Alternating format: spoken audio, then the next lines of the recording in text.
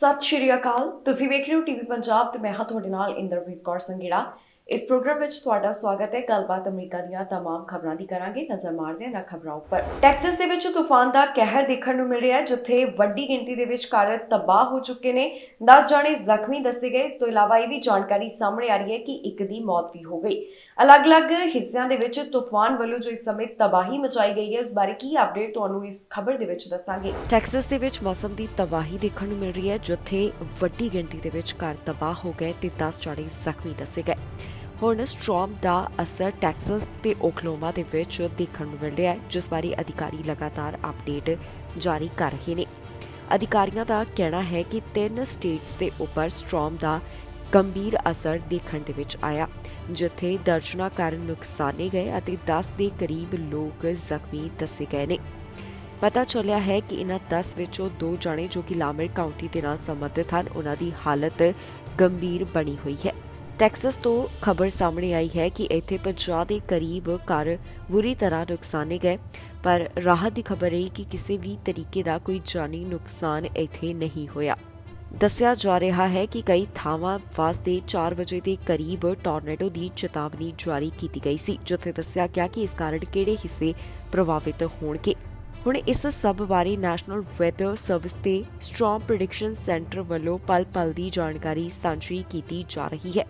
Oklahoma ਤੋਂ ਇਹ ਜਾਣਕਾਰੀ ਸਾਹਮਣੇ ਆਈ, ਜਿੱਥੇ ਗਵਰਨਰ ਦਾ ਕਹਿਣਾ ਹੈ ਕਿ ਉਹਨਾਂ ਵੱਲੋਂ ਟੋਰਨੇਡੋ ਦੇ ਅਸਰ ਨੂੰ ਧਿਆਨ ਵਿੱਚ ਰੱਖਦਿਆਂ ਆਮ ਲੋਕਾਂ ਵਾਸਤੇ ਦੁਆਵਾਂ ਕੀਤੀਆਂ ਜਾ ਰਹੀਆਂ ਨੇ ਤੇ ਰੈਸਕਿਊ ਟੀਮਸ ਵੀ ਲਗਾਤਾਰ ਆਪਣੇ ਕੰਮ ਵਿੱਚ ਜੁਟੀਆਂ ਹੋਈਆਂ ਹਨ। ਅਮਰੀਕਾ ਦੇ ਇੱਕ ਹਿੱਸੇ ਤੋਂ ਅਜਿਹਾ ਮਾਮਲਾ ਸਾਹਮਣੇ ਆਇਆ, ਜਿੱਥੇ ਘਰ ਵਿੱਚੋਂ 5 ਲਾਸ਼ਾਂ ਮਿਲੀਆਂ ਨੇ। 5 ਲਾਸ਼ਾਂ ਮਿਲਣ ਦੀ ਜੋ ਇੱਕ ਖਬਰ ਸਾਹਮਣੇ ਆਈ ਹੈ, ਇਸ ਬਾਰੇ ਅਧਿਕਾਰੀਆਂ ਦਾ ਕਹਿਣਾ ਹੈ ਕਿ ਉਹ ਮਾਮਲੇ ਦੀ ਜਾਂਚ ਕਰ ਰਹੇ ਨੇ। ਪਤਾ ਲਗਾਉਣ ਦੀ ਕੋਸ਼ਿਸ਼ ਕੀਤੀ ਜਾ ਰਹੀ ਹੈ ਕਿ ਕਿਸ ਵੱਲੋਂ ਇਸ ਪੂਰੇ ਮਾਮਲੇ ਨੂੰ ਅੰਜਾਮ ਦਿੱਤਾ ਗਿਆ। ਇੱਕ ਘਰ ਵਿੱਚੋਂ 5 ਜਾਣਿਆਂ ਦੀ ਲਾਸ਼ ਮਿਲੀ ਹੈ, ਜਿਸ ਬਾਰੇ ਅਧਿਕਾਰੀਆਂ ਵੱਲੋਂ ਜਾਣਕਾਰੀ ਦਿੱਤੀ ਗਈ। ਇਹ ਮਾਮਲਾ ਮੈਰੀਲੈਂਡ ਦੇ ਨਾਲ ਜੁੜਿਆ ਹੋਇਆ, ਜਿੱਥੇ ਘਰ ਵਿੱਚੋਂ 5 ਲੋਕਾਂ ਦੀ ਲਾਸ਼ ਪੁਲਿਸ ਅਧਿਕਾਰੀਆਂ ਨੂੰ ਮਿਲੀ ਹੈ। ਡਿਪਟੀਜ਼ ਦਾ ਕਹਿਣਾ ਹੈ ਕਿ ਉਹਨਾਂ ਨੂੰ ਗੋਲੀਬਾਰੀ ਦੇ ਮਾਮਲੇ ਦੀ ਅਪਡੇਟ ਮਿਲੀ, ਜਿੱਥੇ ਦੱਸਿਆ ਗਿਆ ਕਿ 4 ਵਜੇ ਦੇ ਕਰੀਬ ਘਰ ਵਿੱਚ ਗੋਲੀਆਂ ਚੱਲੀਆਂ ਨੇ। ਜਦੋਂ ਅਧਿਕਾਰੀ ਮੌਕੇ ਵਾਲੀ ਥਾਂ ਦੇ ਉੱਪਰ ਪਹੁੰਚੇ ਤਾਂ ਉਹਨਾਂ ਨੇ ਦੇਖਿਆ ਕਿ ਘਰ ਵਿੱਚ 5 ਜਾਣੇ ਮ੍ਰਿਤਕ ਪਏ ਸਨ। ਪੁਲਿਸ ਅਧਿਕਾਰੀਆਂ ਵੱਲੋਂ ਇਸ ਮਾਮਲੇ ਦੀ ਜਾਂਚ ਕੀਤੀ ਜਾ ਰਹੀ ਹੈ। ਇਹਨਾਂ ਪੀੜਤਾਂ ਦੀ ਪਹਿਚਾਣ ਅਜੇ ਨਹੀਂ ਜਨਤਕ ਕੀਤੀ ਗਈ। ਆਫਿਸਰਸ ਦਾ ਕਹਿਣਾ ਹੈ ਕਿ ਸ਼ੁਰੂਆਤ ਦੇ ਵਿੱਚ ਘਰ ਦੇ ਮਾਲਕ ਵੱਲੋਂ ਹੀ ਡੈਡ ਬੋਡੀਜ਼ ਦੇਖੀਆਂ ਗਈਆਂ ਤੇ ਉਹਨਾਂ ਨੂੰ ਸੂਚਨਾ ਦਿੱਤੀ ਗਈ। ਫਿਲਹਾਲ ਅਜੇ ਇਹ ਨਹੀਂ ਪਤਾ ਲੱਗ ਸਕਿਆ ਕਿ ਕਿਸ ਵਿਅਕਤੀ ਵੱਲੋਂ ਇਸ ਗੋਲੀਬਾਰੀ ਦੇ ਮਾਮਲੇ ਨੂੰ ਅੰਜਾਮ ਦਿੱਤਾ ਗਿਆ ਤੇ ਉਸ ਵੱਲੋਂ ਕਿਉਂ ਇਹਨਾਂ 5 ਜਾਣਿਆਂ ਦੀ ਜਾਨ ਲਈ ਗਈ ਹੈ। ਫਿਲਹਾਲ ਪੁਲਿਸ ਇਸ ਮਾਮਲੇ ਬਾਰੇ ਜਾਂਚ ਪੜਤਾਲ ਕਰ ਰਹੀ ਹੈ, ਜਿਸ ਤੋਂ ਬਾਅਦ ਅਗਲੀ ਅਪਡੇਟ ਦਿੱਤੀ ਜਾਵੇਗੀ। ਹੁਣ ਤੱਕ ਦੀ ਜਾਣਕਾਰੀ ਦੇ ਵਿੱਚ ਇਹਨਾਂ तमाम ਗੱਲਾਂ ਦਾ ਜ਼ਿਕਰ ਕੀਤਾ ਗਿਆ। ਹਾਊਸ ਸਪੀਕਰ ਨੈਂਸੀ ਦੇ ਪਤੀ ਉੱਪਰ ਹਮਲਾ ਕੀਤਾ ਗਿਆ ਸੀ। ਇਸ ਜਾਨਲੇਵਾ ਹਮਲੇ ਤੋਂ ਬਾਅਦ ਹੁਣ ਪਹਿਲੀ ਵਾਰੀ ਉਹ ਸਭ ਦੇ ਸਾਹਮਣੇ ਆਏ ਨੇ ਤੇ ਆਪਣੀ ਪਤੀ ਦੀ ਸਿਹਤ ਦੇ ਬਾਰੇ ਦੱਸਿਆ ਗਿਆ। ਇਸ ਤੋਂ ਇਲਾਵਾ ਨੈਂਸੀ ਵੱਲੋਂ ਅਮਰੀਕਾ ਦੇ ਵਿੱਚ ਹੋਣ ਵਾਲੀਆਂ ਚੋਣਾਂ ਦਾ ਵੀ ਜ਼ਿਕਰ ਕੀਤਾ ਗਿਆ ਹੈ। ਹਾਊਸ ਸਪੀਕਰ ਨੈਂਸੀ ਦੇ ਪਤੀ ਦੇ ਉੱਪਰ ਜਾਨਲੇਵਾ ਹਮਲਾ ਕੀਤਾ ਗਿਆ ਸੀ। ਹਮਲੇ ਤੋਂ ਬਾਅਦ ਪਹਿਲੀ ਵਾਰੀ ਜਨਤਕ ਤੌਰ ਤੇ ਉੱਪਰ ਨੈਂਸੀ ਪੈਲੋਸੀ ਬੋਲੇ ਹਨ ਤੇ ਉਹਨਾਂ ਵੱਲੋਂ ਆਪਣੇ ਵਿਚਾਰ ਸਾਂਝੇ ਕੀਤੇ ਗਏ। ਹੁਣ ਜਦੋਂ ਉਹ ਆਮ ਲੋਕਾਂ ਦੇ ਸਾਹਮਣੇ ਆਏ ਨੇ ਤਾਂ ਉਹਨਾਂ ਵੱਲੋਂ ਚੋਣਾਂ ਦੇ ਬਾਰੇ ਆਪਣੇ ਵਿਚਾਰ ਸਾਂਝੇ ਕੀਤੇ ਗਏ, ਜਿੱਥੇ ਨੈਂਸੀ ਨੇ ਕਿਹਾ ਕਿ ਆਉਣ ਵਾਲੀਆਂ ਅਮਰੀਕੀ ਕਾਂਗਰਸ ਦੀਆਂ ਮੱਧਕਾਲੀ ਚੋਣਾਂ ਲੋਕਤੰਤਰ ਦੀ ਲੜਾਈ ਹਨ। ਵੀਡੀਓ ਕਾਲ ਤੇ ਉਹਨਾਂ ਵੱਲੋਂ ਵਰਕਰਾਂ ਨੂੰ ਸੰਬੋਧਿਤ ਕੀਤਾ ਗਿਆ, ਜਿੱਥੇ ਉਹਨਾਂ ਵੱਲੋਂ ਕਿਹਾ ਗਿਆ ਕਿ ਲੋਕਾਂ ਨੇ ਮੈਨੂੰ ਪੁੱਛਿਆ ਕਿ ਤੁਸੀਂ ਤੁਹਾਨੂੰ ਬਿਹਤਰ ਮਹਿਸੂਸ ਕਰਵਾਉਣ ਲਈ ਕੀ ਕਰ ਸਕਦੇ ਹੋ, ਤਾਂ ਮੈਂ ਅੱਗੇ ਜਵਾਬ ਦਿੱਤਾ, ਵੋਟ। ਪੈਲੋਸੀ ਵੱਲੋਂ ਕਿਹਾ ਗਿਆ ਕਿ ਮੈਨੂੰ ਲੱਗਦਾ ਹੈ ਕਿ ਇਸ ਜੰਗ ਦੇ ਵਿੱਚ ਸਾਡੇ ਜਿੱਤਣ ਦੀ ਬਹੁਤ ਸੰਭਾਵਨਾ ਹੈ। ਆਪਣੇ ਪਤੀ ਦੀ ਸਿਹਤ ਦੇ ਨਾਲ ਵੀ ਉਹਨਾਂ ਵੱਲੋਂ ਜਾਣੂ ਕਰਵਾਇਆ ਗਿਆ, ਜਿੱਥੇ ਦੱਸਿਆ ਗਿਆ ਕਿ ਉਹਨਾਂ ਦੀ ਆਵਾਜ਼ ਕਈ ਵਾਰ ਲੜਖੜਾ ਰਹੀ ਹੈ ਅਤੇ ਉਹਨਾਂ ਦਾ ਕਹਿਣਾ ਹੈ ਕਿ ਠੀਕ ਹੋਣ ਦੇ ਵਿੱਚ ਅਜੇ ਕੁਝ ਸਮਾਂ ਲੱਗੇਗਾ। ਦੱਸੀਏ ਕਿ ਪਿਛਲੇ ਦਿਨੀ ਹਾਊਸ ਸਪੀਕਰ ਨੈਂਸੀ ਦੇ ਪਤੀ ਦੇ ਉੱਪਰ ਜਾਨਲੇਵਾ ਹਮਲਾ ਕੀਤਾ ਗਿਆ, ਜਿਸ ਤੋਂ ਬਾਅਦ ਉਹਨਾਂ ਨੂੰ ਜ਼ਖਮੀ ਹਾਲਤ ਵਿੱਚ ਹਸਪਤਾਲ ਭਰਤੀ ਕਰਵਾਇਆ ਗਿਆ। ਹੁਣ ਇਲਾਜ ਹੋ ਚੁੱਕਿਆ ਹੈ ਤੇ ਨੈਂਸੀ ਵੱਲੋਂ ਇਸ ਬਾਰੇ ਜਾਣਕਾਰੀ ਸਾਂਝੀ ਕਰਦਿਆਂ ਦੱਸਿਆ ਗਿਆ ਹੈ ਕਿ ਉਹਨਾਂ ਦੇ ਪਤੀ ਦੀ ਮੌਜੂਦਾ ਸਮੇਂ ਹਾਲਤ ਕਿਸ ਤਰ੍ਹਾਂ ਹੈ। ਕੈਲੀਫੋਰਨੀਆ ਦੇ ਇੱਕ ਹਿੱਸੇ ਵਿੱਚ ਭੂਚਾਲ ਦੇ ਜ਼ਬਰਦਸਤ ਝਟਕੇ ਮਹਿਸੂਸ ਕੀਤੇ ਗਏ, ਜਿਸ ਦੀ ਤੀਬਰਤਾ ਰੈਕਟਰ ਪੈਮਾਨੇ ਤੇ 6.1 ਦੱਸੀ ਗਈ ਹੈ। ਰਾਹਤ ਦੀ ਖਬਰ ਹੈ ਕਿ ਇਸ ਵਿੱਚ ਕੋਈ ਵੀ ਜਾਨੀ ਜਾਂ ਫਿਰ ਮਾਲੀ ਨੁਕਸਾਨ ਨਹੀਂ ਹੋਇਆ। ਕੈਲੀਫੋਰਨੀਆ ਦੇ ਇੱਕ ਹਿੱਸੇ ਵਿੱਚ ਭੂਚਾਲ ਦੇ ਤੇਜ਼ ਝਟਕੇ ਮਹਿਸੂਸ ਕੀਤੇ ਗਏ। ਜਿਸ ਦੀ ਰੈਕਟਰ ਪੈਮਾਨੇ ਤੇ ਤੀਬਰਤਾ 6.1 ਦੀ ਦੱਸੀ ਜਾ ਰਹੀ ਹੈ। ਜੀ ਹਾਂ, ਕੈਲੀਫੋਰਨੀਆ ਦੀ ਖਾੜੀ ਵਿੱਚ ਭੂਚਾਲ ਦੇ ਝਟਕੇ ਲੱਗੇ ਹਨ। ਮੈਕਸੀਕੋ ਦੇ ਤੱਟ ਤੇ ਕੈਲੀਫੋਰਨੀਆ ਦੀ ਖਾੜੀ ਵਿੱਚ ਸ਼ਕਤੀਸ਼ਾਲੀ ਭੂਚਾਲ ਦੇ ਝਟਕੇ ਮਹਿਸੂਸ ਕੀਤੇ ਗਏ।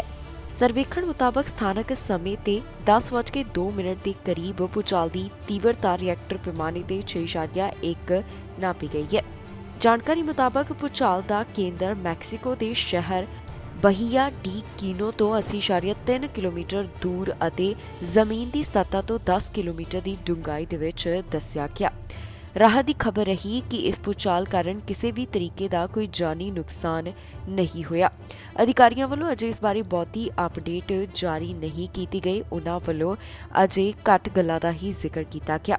ਹੁਣ ਤੱਕ ਦੀ ਜਾਣਕਾਰੀ ਦੇ ਵਿੱਚ ਸਿਰਫ ਇਹੀ ਦੱਸਿਆ ਗਿਆ ਕਿ ਕੈਲੀਫੋਰਨੀਆ ਦੀ ਖਾੜੀ ਵਿੱਚ ਤੇਜ਼ ਭੂਚਾਲ ਦੇ ਝਟਕੇ ਲੱਗੇ ਨੇ, ਜਿਸ ਦੀ ਤੀਬਰਤਾ 6.1 ਮਾਪੀ ਗਈ। ਅਮਰੀਕਾ ਵਿੱਚ ਇਸ ਸਮੇਂ ਮੌਂਕੀਪੌਕਸ ਵਾਇਰਸ ਦੀ ਕੀ ਸਥਿਤੀ ਬਣੀ ਹੋਈ ਹੈ, ਇਸ ਬਾਰੇ ਅਪਡੇਟ ਸਾਹਮਣੇ ਆਈ, ਜਿੱਥੇ ਦੱਸਿਆ ਗਿਆ ਕਿ ਹੁਣ ਤੱਕ ਕਿਹੜੇ ਸੂਬੇ ਤੋਂ ਕਿੰਨੇ ਮੌਂਕੀਪੌਕਸ ਵਾਇਰਸ ਦੇ ਮਾਮਲੇ ਦਰਜ ਕੀਤੇ ਜਾ ਚੁੱਕੇ ਨੇ। ਅਮਰੀਕਾ ਵਿੱਚ ਇਸ ਸਮੇਂ ਮੌਂਕੀਪੌਕਸ ਵਾਇਰਸ ਦੀ ਕੀ ਸਥਿਤੀ ਬਣੀ ਹੋਈ ਹੈ, ਇਸ ਬਾਰੇ ਤਾਜ਼ਾ ਜਾਣਕਾਰੀ ਸਾਹਮਣੇ ਆਈ। ਪਹਿਲਾਂ ਦੇ ਮੁਕਾਬਲੇ ਮੌਂਕੀਪੌਕਸ ਵਾਇਰਸ ਦੇ ਮਾਮਲੇ ਕਾਫੀ ਹੱਦ ਤੱਕ ਘੱਟ ਦਰਜ ਕੀਤੇ ਜਾ ਰਹੇ ਨੇ। ਹੁਣ ਵੱਖ-ਵੱਖ ਸਟੇਟਸ ਬਾਰੇ ਅਪਡੇਟ ਜਾਰੀ ਕਰਦਿਆਂ ਦੱਸਿਆ ਗਿਆ ਕਿ ਹੁਣ ਤੱਕ ਕਿੰਨੇ ਇਹਨਾਂ ਸੂਬਿਆਂ ਵਿੱਚ ਕੁੱਲ ਮੌਂਕੀਪੌਕਸ ਦੇ ਮਾਮਲੇ ਸਾਹਮਣੇ ਆ ਚੁੱਕੇ ਨੇ। District of Columbia 497, New York 3948, Georgia 1815, California 5010, Florida 2543, Maryland 662, Illinois 1315, Nevada 267, Texas 2372, New Jersey 720, Washington 600, Rhode Island 74, Arizona 474, Pennsylvania 773, Massachusetts 402, Puerto Rico 183, Virginia 484, Louisiana 254, North Carolina 566, Oregon 216, Utah 161, Colorado 278, Tennessee 309, Minnesota 202, Indiana 234, South Carolina 172,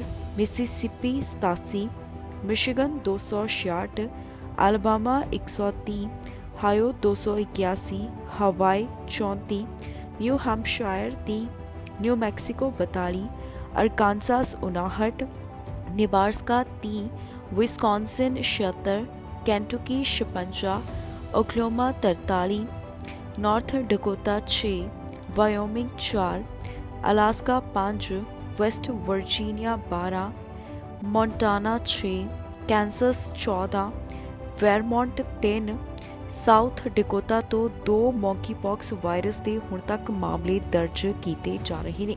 ਇਸ ਬਾਰੇ CDC ਵੱਲੋਂ ਸਾਰੀ update ਜਾਰੀ ਕੀਤੀ ਗਈ ਹੈ। ਇਹ ਸਨ ਕੁਝ ਖਬਰਾਂ ਜਿਹੜੀਆਂ ਅੱਜ ਦੇ ਦਿਨ ਅਮਰੀਕਾ ਤੋਂ ਸਾਹਮਣੇ ਆਈਆਂ। ਬਾਕੀ ਖਬਰਾਂ ਲਈ ਤੁਸੀਂ ਬਣੇ ਰਹੋ TV ਪੰਜਾਬ ਨਾਲ। ਫਿਲਹਾਲ ਮਨਿੰਦਰਪ੍ਰੀਤ ਕੌਰ ਸੰਗੇੜਾ ਨੂੰ ਦਿਓ ਇਜਾਜ਼ਤ।